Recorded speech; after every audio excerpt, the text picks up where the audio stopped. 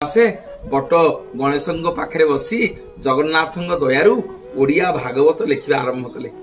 जो ओडिया भागवत को आज घरे घरे आम पाठ करुचे, जो ओडिया भागवत को ठाकुर रूप में आम आज पूजा करुचे, जो ओडिया भागवत आम ओडियांकर परिचय भक्त जगन्नाथ दासंकर ओडिया भागवत सत्यजेमिति कृष्ण प्रेम रे एमिति भक्त मान को बांधी दउथिला।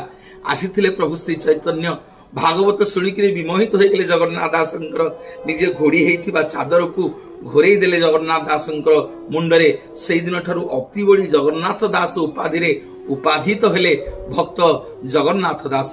केवल जगन्नाथ दास सेतिकी नुहा गया, थरे जणे काशीराम बोली जणे व्यवसायी आसीथांती चंदन कर्पूर कस्तूरी ए सब आनिकिरी आसीथांती जगन्नाथ को दान करिए बोली। सेतेबेले गजपति जगन्नाथ दास को देले कहले दासे ए चंदन तो नहीं जीवो टिके ठाकुर को पाखरे लागि होबो। महाप्रभु चंदन को लगेइबे सेठी भाबरे कहले हे महाप्रभु हे बलियार भुज सतरे तमे जदि कलादियो होइथिबो, सतरे विश्व ब्रह्मांडर मालिक होइथिबो, मोर ये मठ को आसीबो। मठर गोटे कांथरे आज्ञा चंदन बोली देले। खबर गला गजपति पाखकू। गजपति जगन्नाथ दास खराब भाविले, पचारे दासे भलिया काम कौन कल ना प्रभु मु प्रभु देहरे चंदन बोली देछि ना देखिबा। निजे गजपति आज्ञा गले देखिले जगन्नाथ महाप्रभुंकर शरीर रे सतको सत आज्ञा चंदन बोली हेछि।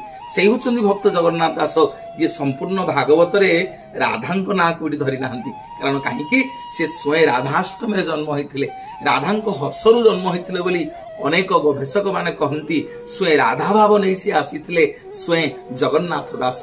राधांक ना को से उच्चारण करि नाहंती भागवत रे।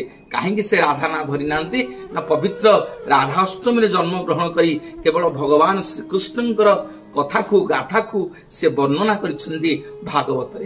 एवं आउ गोटे आश्चर्य कथा आपण माने सुनिले आश्चर्य हबे। आपण माने केतेबेले पुरी गले देखिबे समुद्र कूल रे आज्ञा गोटे मठ अछि, ता ना आज्ञा सातलहड़ी मठ।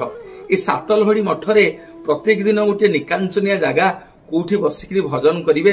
किछि दिन आज्ञा बड़ ओडिया मठरे मध्य भक्त जगन्नाथ दास सेठी रहिथिले, सेठी भागवत पढुथिले, भगवान गुण कीर्तन करुथिले, भजन करुथिले।